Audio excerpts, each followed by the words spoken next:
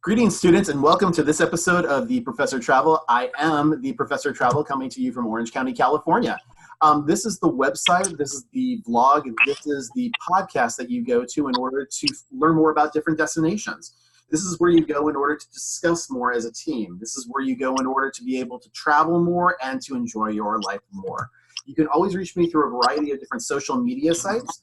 Always reach me through my main website, which is theprofessortravel.com. You can also find me on both YouTube and Facebook at The Professor Travel.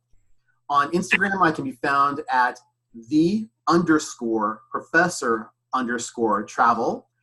You can find me on Twitter at TheProfessorTR1. And then finally, for those of you who are bloggers, you can find me at theprofessortravel.blogspot.com.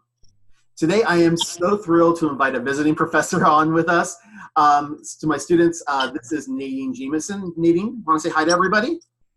Hello. Thank you so much for joining us. We really appreciate it.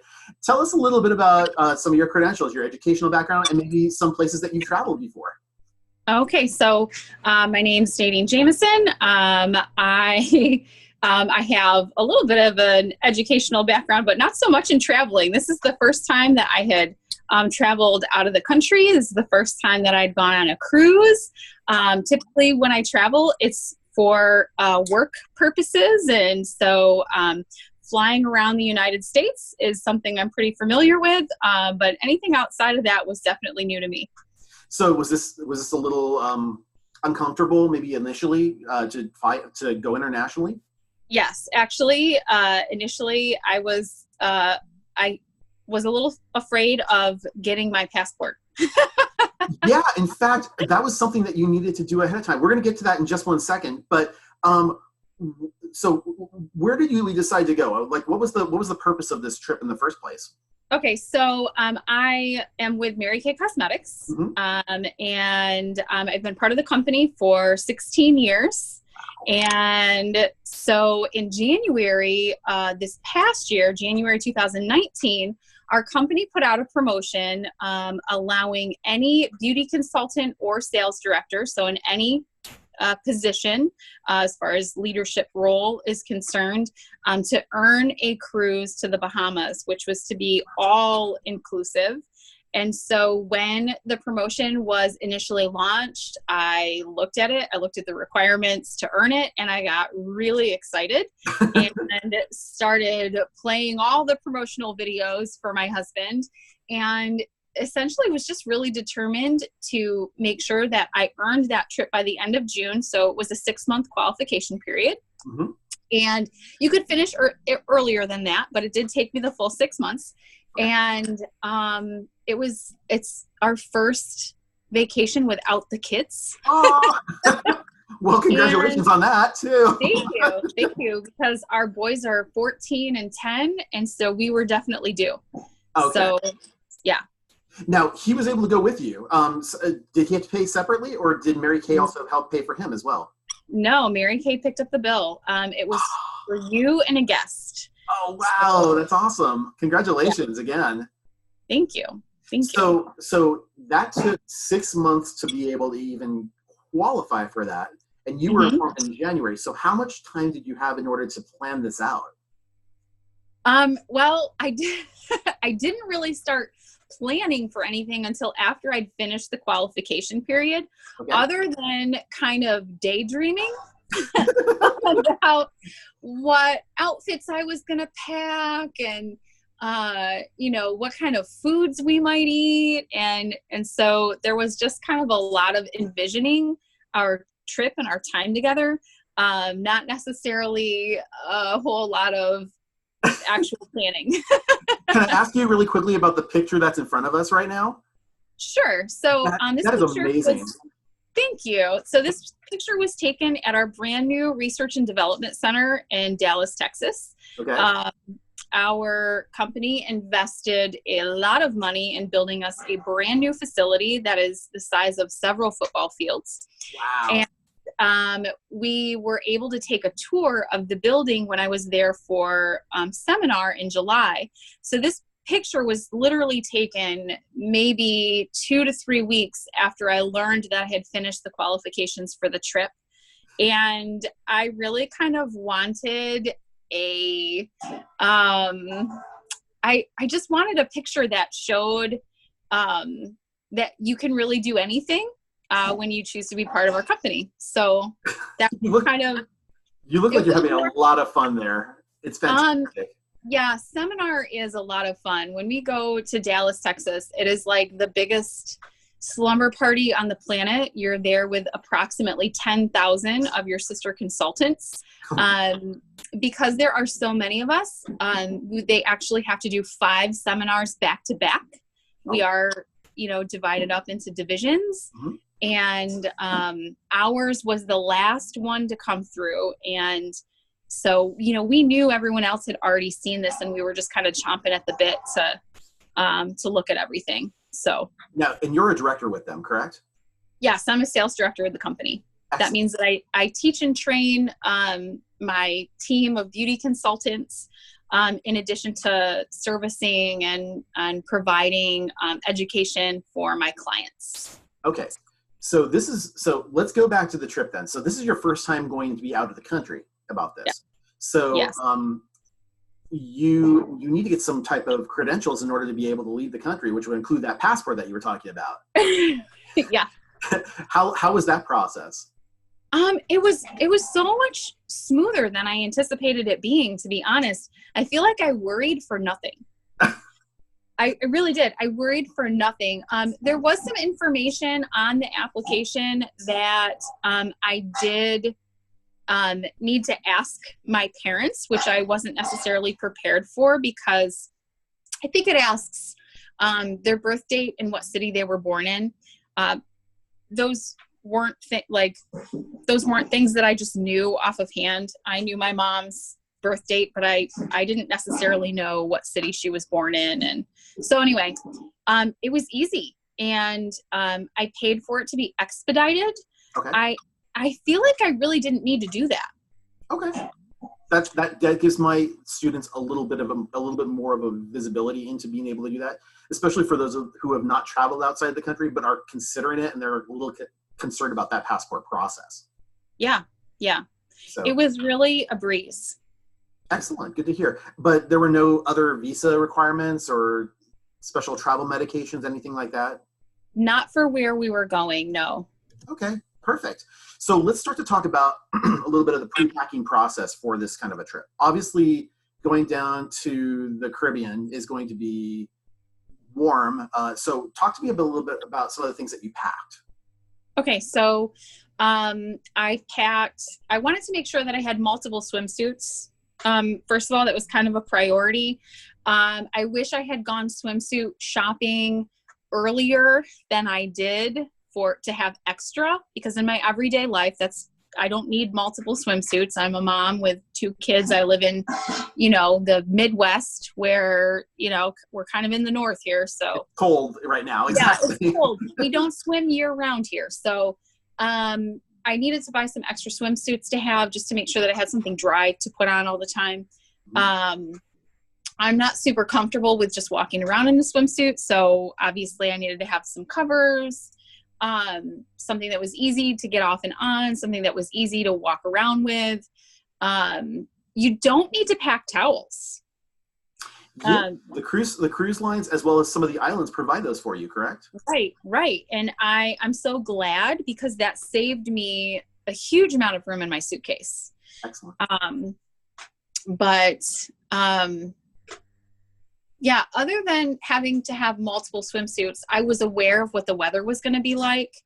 I just kind of, pulled up my weather channel app and was checking kind of proactively to make sure that I would be prepared as to whether it was going to be rainy. I knew it was going to be hot.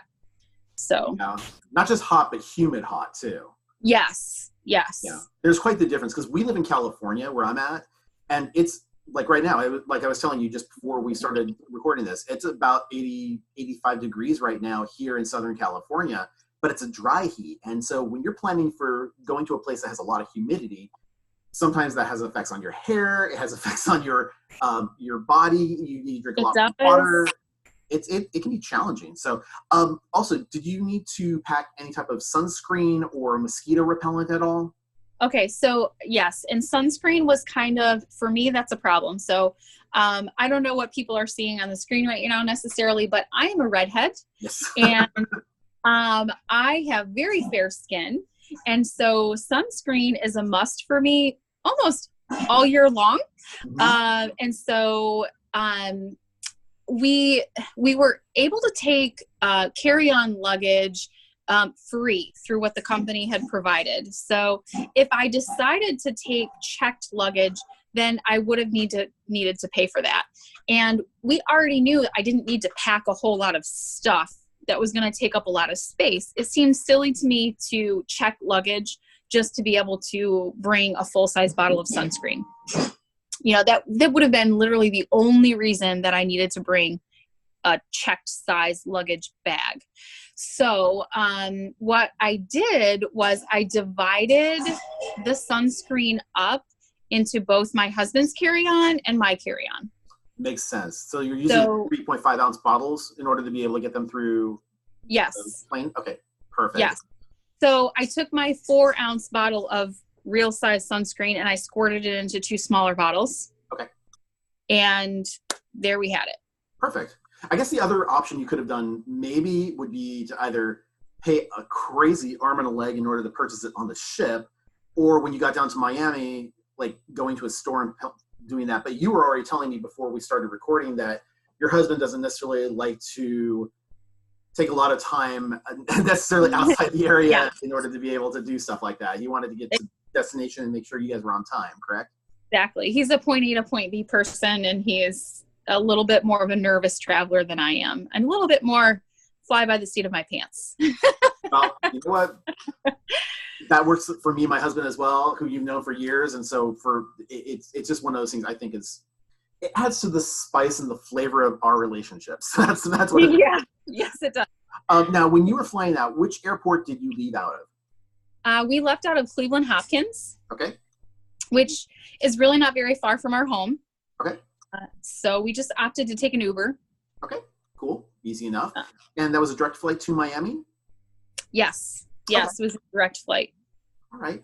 I was just at a conference in Miami. I stayed there for about 3 days, and I could actually see this. I could see the cruise ships from where my hotel was. That's how close I was. So I probably was like, hey, how you doing? I probably actually saw you because I thought maybe we might have been around the same time because I was October the 26th through the 29th.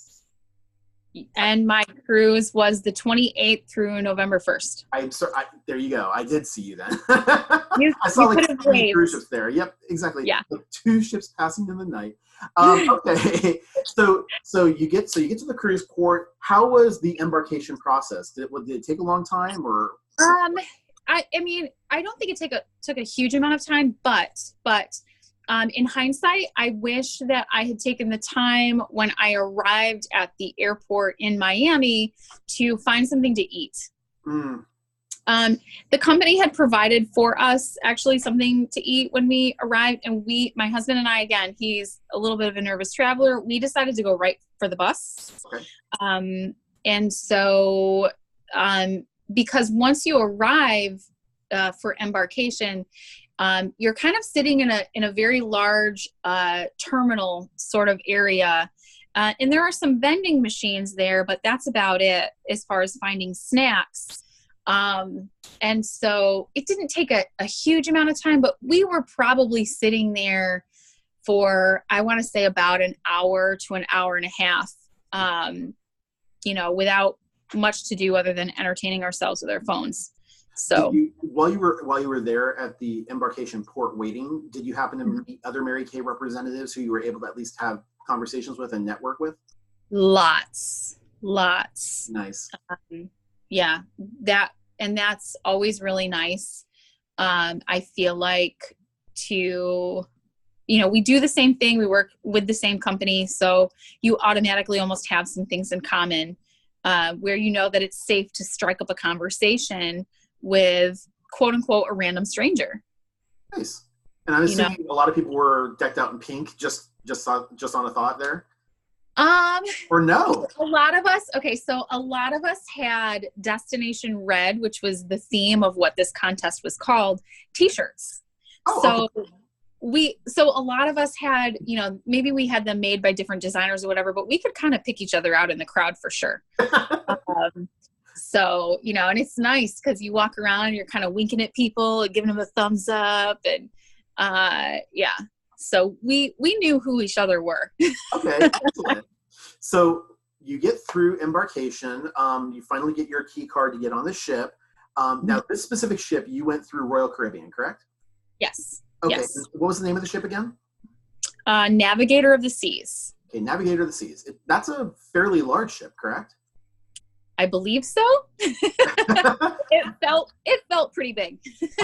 In the grand scheme of things, it's a pretty large ship. I want to say it's probably like in the top 10 ships of the world right now, as far as size goes. So, so you get on board. Now, are you boarding through like a side entrance? Are you boarding through like the main atrium section? How was it when you got on board? Were you impressed with what you saw?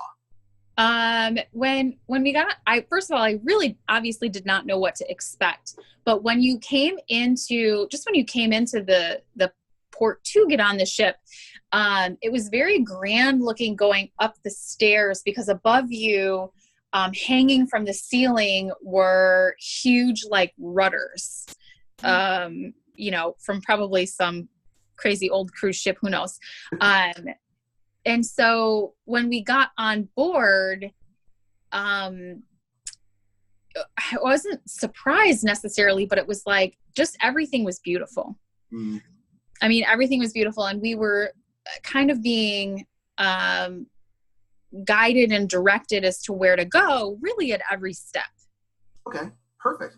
Now, did you bring your own bags on board the ship, or did you have a porter take care of it? Actually, so again, because the company really kind of took care of everything, and they contracted with a travel agency called Global Excellence. And the Global Excellence people that were there for us really kind of took care of all of those details. Nice. So they took our bags from the point we got on the bus. Okay, cool. And so we didn't see those bags again until they were put in our rooms for us once our rooms were ready. And so, you know, I'm glad that I knew to put, because I'm traveling from a cold climate into Miami, I had stuck a tank top in my purse. Okay. And so I would say to have something on your person for when you get onto the cruise ship, because it's going to be a little bit of a wait before you actually get into your room, before the rooms are prepared and ready, depending on what time you arrive. I want to touch base on that really quick. I actually listened to another vlog. I think their names are Ben and Steve, and they also do exactly what you're suggesting, which is when you go on board, maybe have like like it can be the size of a computer bag, but something that is smaller that you can bring with you, that you have maybe a change of clothes, some important things like your medications, as well as maybe even like an empty water bottle that you can have, so that when you're walking around, if you want to refill that, it's totally available for you. So just some travel tips for my students out there. That's a great opportunity for you as well. So good foresight as far as having that available to you, though. Mm-hmm. Yeah. So, so you get on board. How long is it before you can actually get into your room? It was I want to say it was probably about 2 hours. Okay. We arrived really early. Yeah, we arrived really early into Miami to begin with. And I want to say we were probably on board the ship. Gosh, I don't know. I have to be honest. I don't know what time it was during most of the 5 days, other than at dinner time, which is not a bad. From what you told me earlier, it sounds like as soon as you guys got to the airport, there was no getting around time. It was just like, let's just go directly get to the cruise line, and if we have to wait, we have to wait, and that's right. It. And so it sounds like you were probably one of the first people to board. We were. During the day. So if that's the case, you were probably boarding somewhere around 11 or noon, something like that. Probably. if it takes off at 6 p.m. or something like that. So then knowing that, if you were waiting for your rooms for a few hours, my question would be, were there areas for you to go in on the ship and actually get some food? Oh, yeah. So that way you were taken care of that way. Oh, yeah, absolutely. So when we first boarded, you had an opportunity to look at additional upgrades, to anything that you might have wanted meal plan wise, or we upgraded our beverage package in addition to above and beyond what the company had already taken care of for us. So we took care of that first. And then we went out onto, I think it was deck 12 or deck 13, where it's just kind of an open area where there's a pool, there's a bar out there. And then there were a few places that you could eat out on that kind of open area deck. Sounds nice. Which was really nice. They were completely ready for us to eat as soon as we walked on board. That's awesome. It's actually really nice, especially when you've been traveling that long, just to be able to get in and just relax, wait for your bags, and not have to stress at that point. Yeah. So I like that.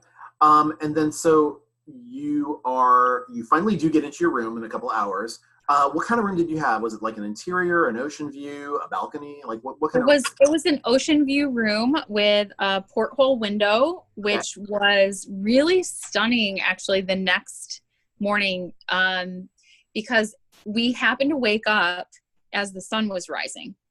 Oh, nice. out over the water. And so, we got to kind of lay there on the bed and watch the sunrise out the porthole window. It was really beautiful.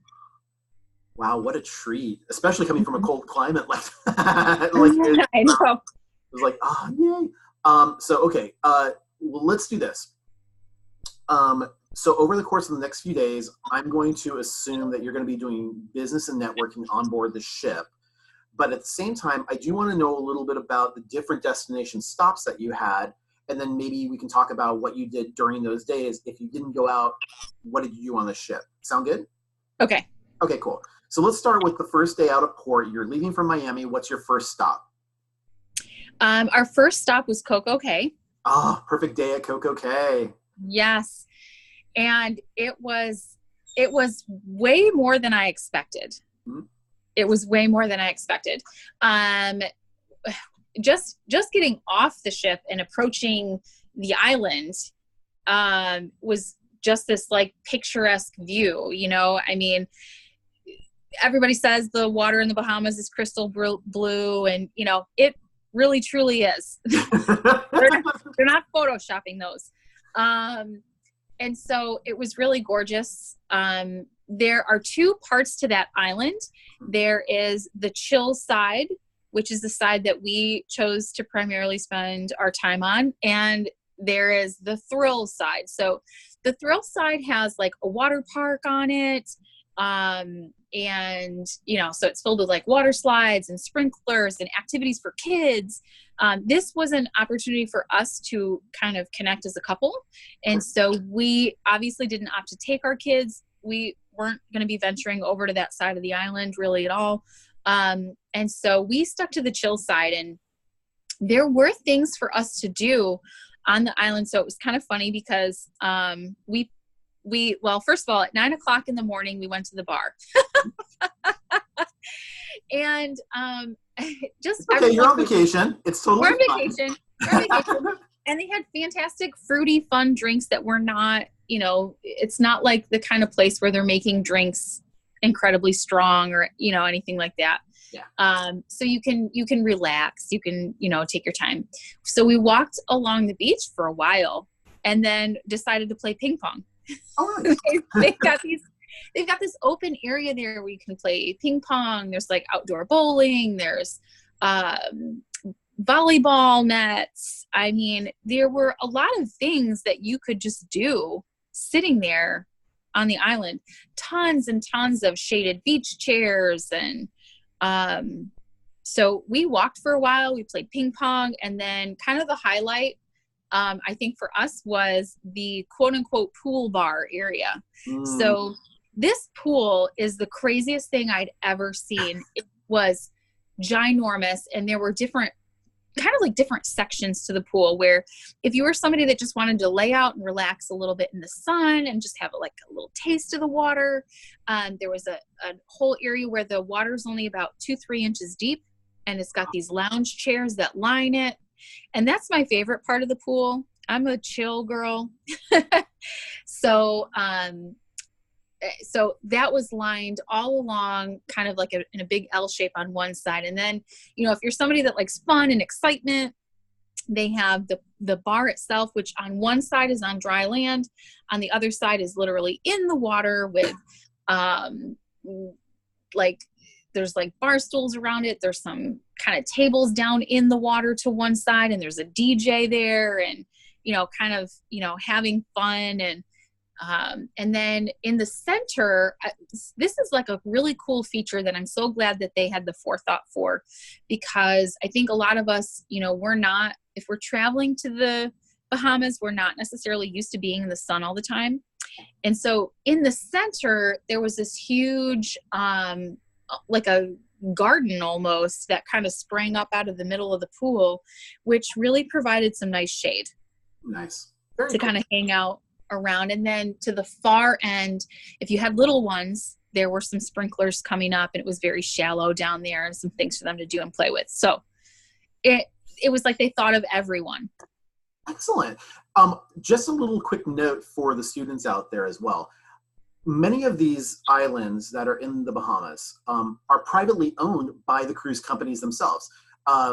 Coco Cay is owned by Royal Caribbean. Princess Cay is owned through Princess Cruise. Castaway Cay is owned by Disney. So there's all these ones. These are some of, by the way, the safest places you can possibly go in the Caribbean. It's almost like going to Disneyland. The level of safety in some of these places are spectacularly well, because that's the bread and butter of those islands, is they are completely managed by the cruise company. Any crime there is practically non-existent. And so if you ever want to go to a place where you feel safe and there's lots of things to do, the Cays across the board, Half Moon Cay, Coco Cay, Castaway Cay, Princess Cay, all of those are great opportunities. And I'm leaving off some other ones really quick, but I'm going to assume that you felt safe while you were there as well, correct? We did. Yeah, we did. And ironically enough, now that you say that, something that comes to mind that, again, I kind of wish that I had kind of already known or been aware of, is I brought a bag with me with my passport in it, because I thought, well, what if they need to check my passport when I get on and off?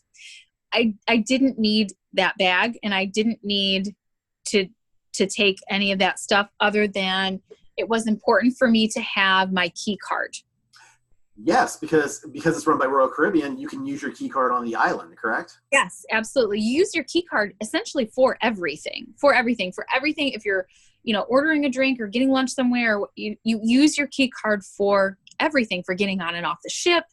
And so I would also suggest that it's a good idea to have something to put that in and wear on your person that is, you know, maybe waterproof, like one of those clear things that it can slide into.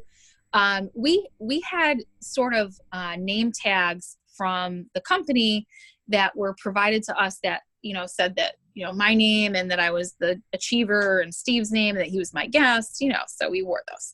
And so we, you know, kind of strapped those on, they had little clips, or they had a lanyard, but mine got wet. It was not waterproof. Mine got wet. Oh, no. Which is, you know, it didn't grow mold or anything at this point yet, but, you know, I did see people with some waterproof cases and things, and that would have been something that, had I realized its importance, I probably would have rathered to have. You know, another thing that when my students are traveling, that I've advised them to do before is, just as a security precaution, take pictures of the important pieces of your passport, like your picture, the passport ID. Keep that in your phone, and maybe even email that to yourself, so that in the unfortunate event that you lose your passport or something happens where you are not able to have that available to you, if it gets stolen, heaven forbid. This is usually something I give advice to for people that are going abroad into other countries. Not so much for the cruises, but it's a good idea to have those available, just in the event that, hey, I've lost my passport. What am I going to do? Well, you can go to the consulate or you can go to the passport office, wherever you're at, and say, hey, I need to get a replacement passport. I've lost my passport. Here's the information on it right away, as opposed to having to get all crazy and having to deal with those kind of unusual situations that might occur. So just so you're aware. All right, so here we are at Coco Cay. You have a wonderful day, it sounds like. What was the nightlife like on the ship?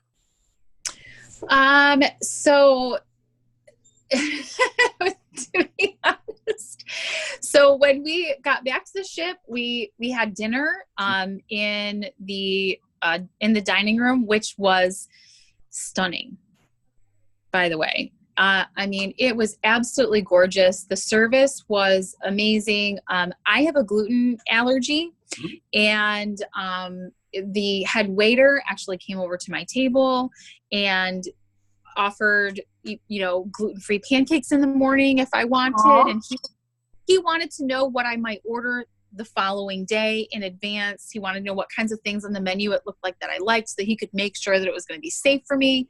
I mean, the service was really amazing. So after dinner, my husband and I didn't choose to take advantage of there were tons of like nightclub, places that you could go, but it looked like a lot of that stuff based on the itinerary. So the itinerary was always, placed in our room, and plenty of time for us to look over the things that we might want to do for the day.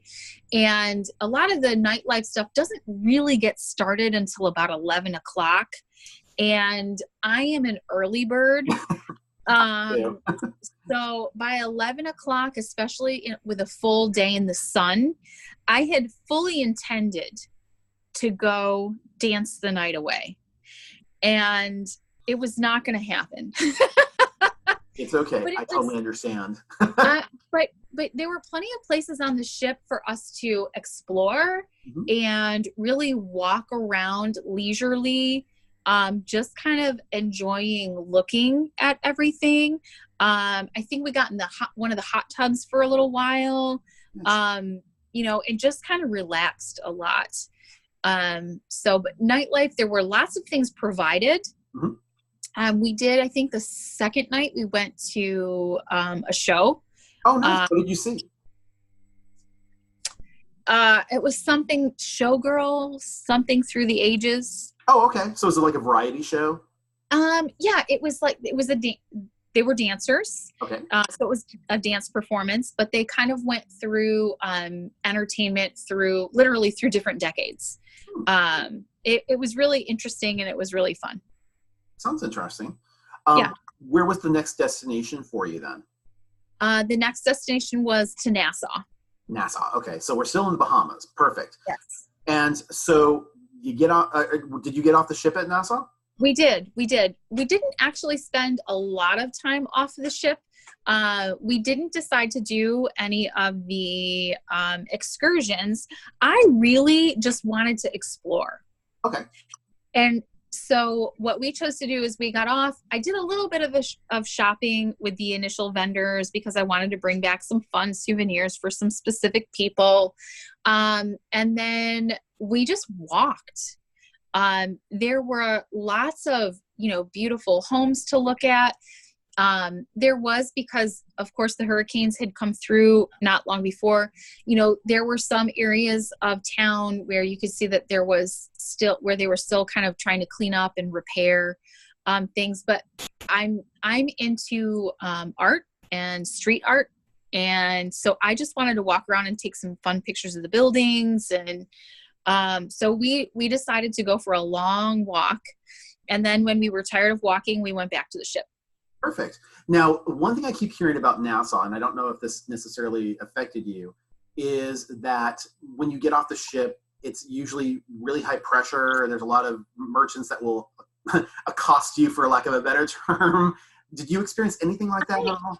I didn't necessarily feel accosted, okay. But it was a high energy environment. Okay. They really are. I think I go into it also knowing that this is a culture of people that make their living from the tourism and the visitors. And this is a culture of people that had just experienced something that was pretty horrific. Yeah. And so I would imagine that lends itself to a certain amount of desperation. Yeah. And so I just, I was kind of already prepared for that. So it didn't bother me. I didn't feel like anyone was chasing me down the street, or anything like that. But, more so that they were really making their best effort to draw in your attention. It sounds like maybe what they've done is because of the hurricane and because they don't want to necessarily scare off any tourists, that they may have actually kind of just let up a little bit on the high pressure in order to get people to come in and spend those tourist dollars in order to be able to help out the area and the economy. Mm-hmm. So, all right, good. All right, so you get back on the ship. What is the next destination? So we actually went back to Coco Cay. Okay, perfect. And it's a lovely port, so a lot of people really like that place. It was really great for us to spend a second day there.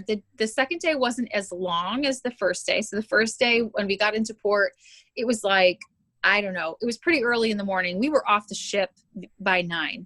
Okay. The second time we went to Coco Cay, of course, I had a business meeting that morning anyway, which was from 8 to 10. So out of the 5 days, Mary Kay wanted us for a 2-hour business meeting. That's not too bad. Yeah, not at all. and during the business meeting, it was a lot of education that I gained. So it was well worth the 2 hours. But so we didn't get off the ship until about 11. And we got to stay longer. We didn't board back onto the ship until almost right before dinner for us. We opted for the early dinner. You can have dinner at different times, which was nice. We just chose not to do that. We wanted to be able to stick to a schedule that we would know and not get confused. So the object for us was to think as little as possible. But that's what this is about. I mean, you're away from the kids. You're having a really fun time. Speaking of which, actually, I want to ask you, you were able to bring your husband with you. Other people, did they bring their husband and their kids? And yes. Okay. Yes. So as a matter of fact, there was a woman that I met the first night that we were there.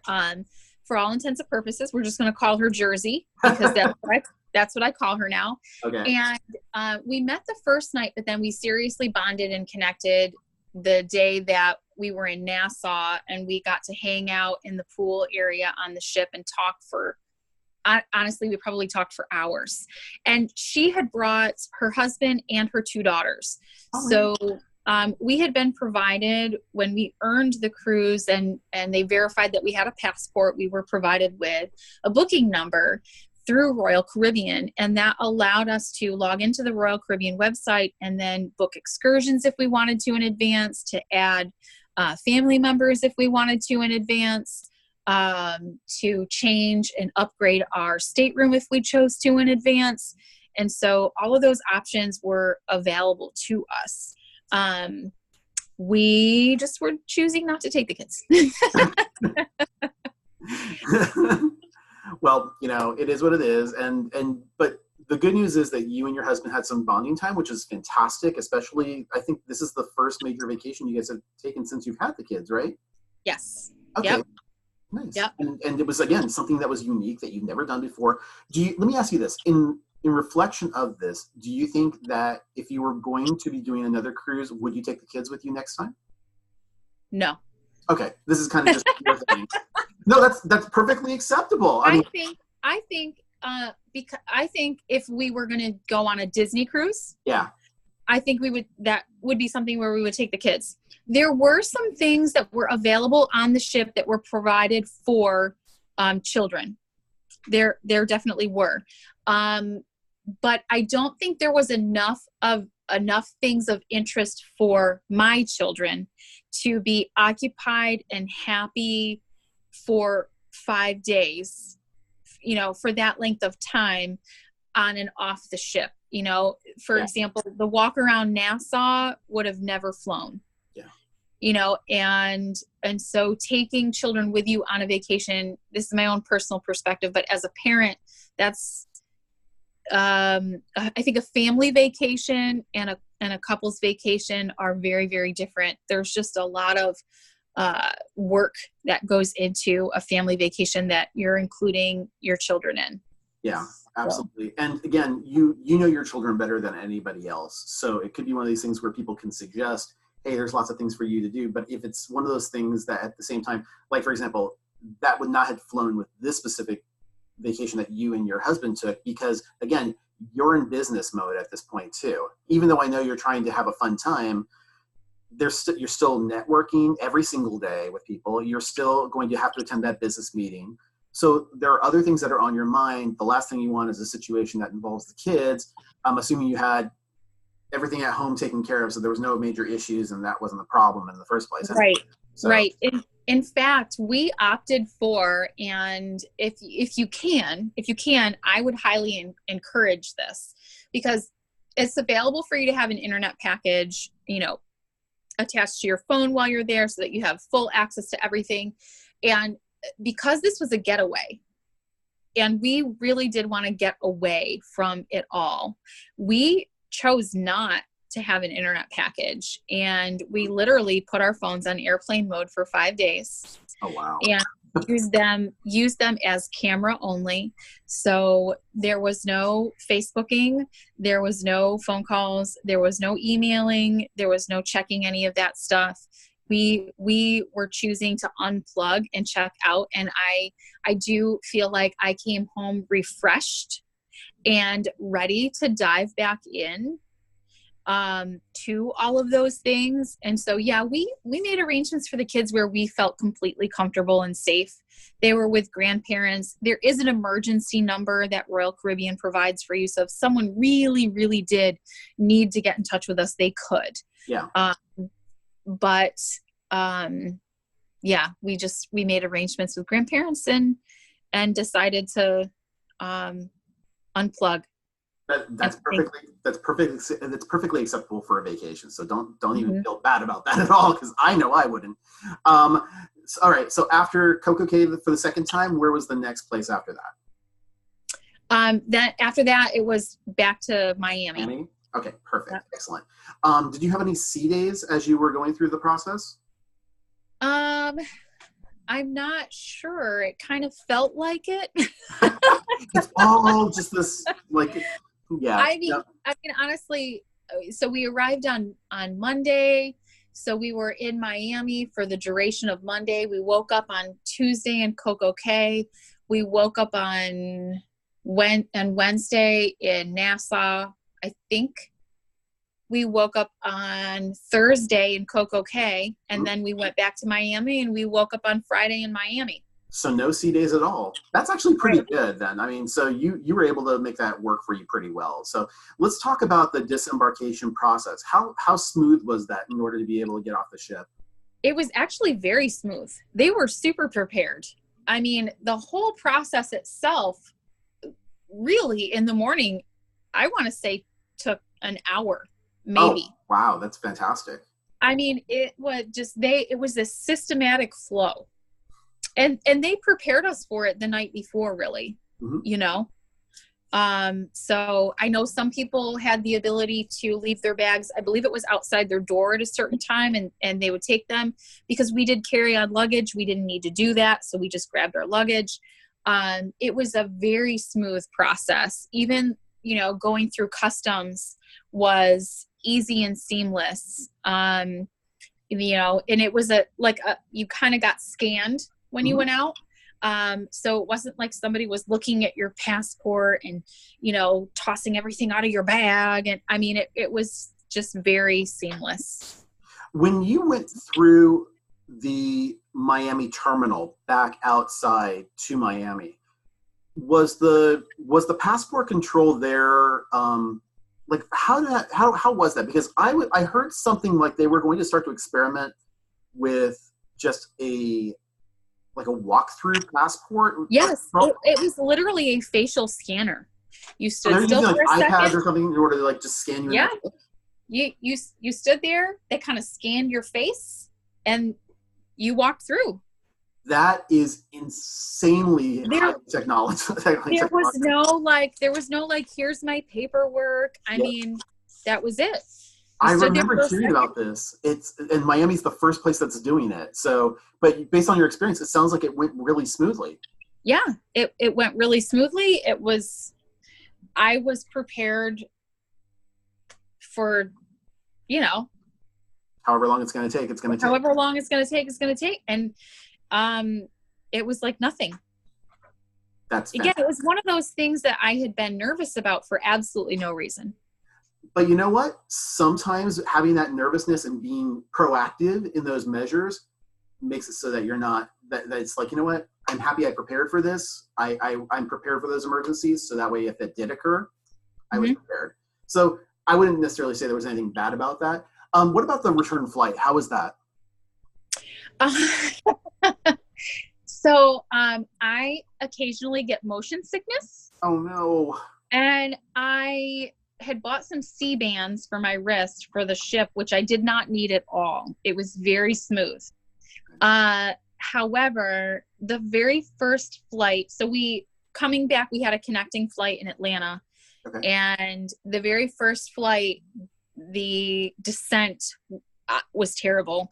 The descent was like an elevator, kind of up and down for a good 30 minutes. And I had a dizzy headache for a couple of days. Oh man, I'm so sorry about that. So, but other than that, again, it was very seamless. Okay, good to hear. Well, and I'm sorry that happened. Did you use the same air carrier the whole way through? Paper's in front of me. I think we did. I think we did. Oh no. Okay. So on the way there, we flew American, and that was a direct flight. And on the way back, we were on Delta. Okay. And so we flew from Miami to Atlanta, and then Atlanta to Cleveland. Okay, perfect. So now you're back from your wonderful, wonderful business trip / vacation. Talk to me. What were the pros of going to the Bahamas? What did you enjoy about it? It was just really ultimate relaxation and fun. It was just very carefree. Like I said before, especially being able to go to Coco Cay twice, that was really great, because the second time we went, we knew what we wanted to do. We enjoyed the beach, just being on the beach, the sand and the water and just the scene. The scenery is, gorgeous and breathtaking, and the food was pretty good. Mm-hmm. So I think it's a getaway destination for people that I feel like aren't necessarily looking for educational stuff and sightseeing stuff, and you know what I mean. I think it's a different vacation to go look at museums and historical things. This was definitely like a fun, let loose kind of place. Nice. And I can tell you that when myself and my husband Kevin travel, we've in the past we've done like the same excursions together, but we have different desires of what we want to do. He's going to do a lot more things in terms of adventure. I tend to be that kind of museum / shorter excursion person. So for me, I think what we're probably going to be doing in the future is actually splitting our excursions, where he's going to do one, I'll do the other. We film them both, and then we come back together and like have them available there, so that way everybody can see, all the different things that we did. So knowing that, and having said that, not that there's any cons as per se about the trip, but what were some things that you think that maybe someone who's a first-time traveler to the Bahamas might want to be aware of? Okay, so first of all, this is a really silly tip, and probably something that maybe other people would think about, but you should probably pack either some ibuprofen or some Tylenol. Oh yeah, no.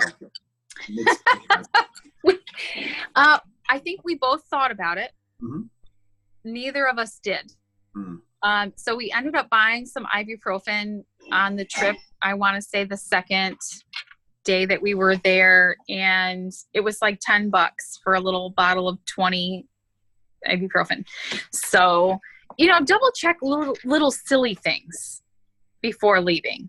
Really kind of go over your bag with, well, what do I typically use, every day, that I might take for granted and not have. The other thing is, like I said, I don't know if I said this already or not, but when we went to Coco Cay, I had taken, a bag with passport and swimsuit cover and extra sunscreen. Now the extra sunscreen, that might have been good for us to put on, but we didn't think about it anyway while we were there. And there was a locker that I could put all those things in. So that was great. And you didn't have to pay extra for the locker. You just used a code. But the second time we went there, I didn't take anything. I walked off the ship in what I was going to be wearing for the day, and my my key card, and that was it. Nothing else was needed. Okay. Easy to know. So I mean, so basically you overpack the first time and you learn from that lesson, and the second time it was like, no, you know what, I'm fine. Yeah, because we had packed like water bottles, and we ended up carrying around a backpack for no reason. Until we found the lockers. Okay. Cool. Awesome. And then, finally, as far as thoughts, what about any value adds, cost savings, best practices, anything you learned from this experience or that you'd want to share with the students of this? I would say the first day that you arrive, be prepared, because if there are add-ons available for anything, they are really going to attempt to sell them to you. So if you're planning to upgrade a drink package, if you're planning to upgrade a meal package, I would say look at those things because there are probably deals. I know I was receiving emails all the time about, this is going to be 50% off or and I was choosing not to take advantage of those things because for me, this was a trip that was being provided by my company as a reward that I had already worked for. Yeah. And I wanted to just take full advantage of everything that was being offered. So we didn't choose to upgrade anything but our drink package. But, kind of have some awareness, do a little bit of research. I would say try not to overpack your schedule with excursions because, from some people that I did know, again, because we're talking, we're chatting, we're networking while we're on there, they wish they hadn't scheduled so many to take advantage of having a little bit more downtime. Yeah. But I would say pack light and just plan to enjoy, everything around you. So, and the ship itself was just stunning. It was beautiful to just explore the ship. I'm glad you had a really nice time. Did you use any of the amenities while you were on board as far as like the gym or the walking track or anything like that? I walked through the gym. Okay. Because I'm typically a gym goer. And for me, I decided I was on vacation and I was therefore not taking advantage of the gym, but the gym was beautiful. It was well equipped. Okay. I'm somebody that weight trains. And not all smaller gyms are accommodating, lots of them have equipment, but not necessarily free weights.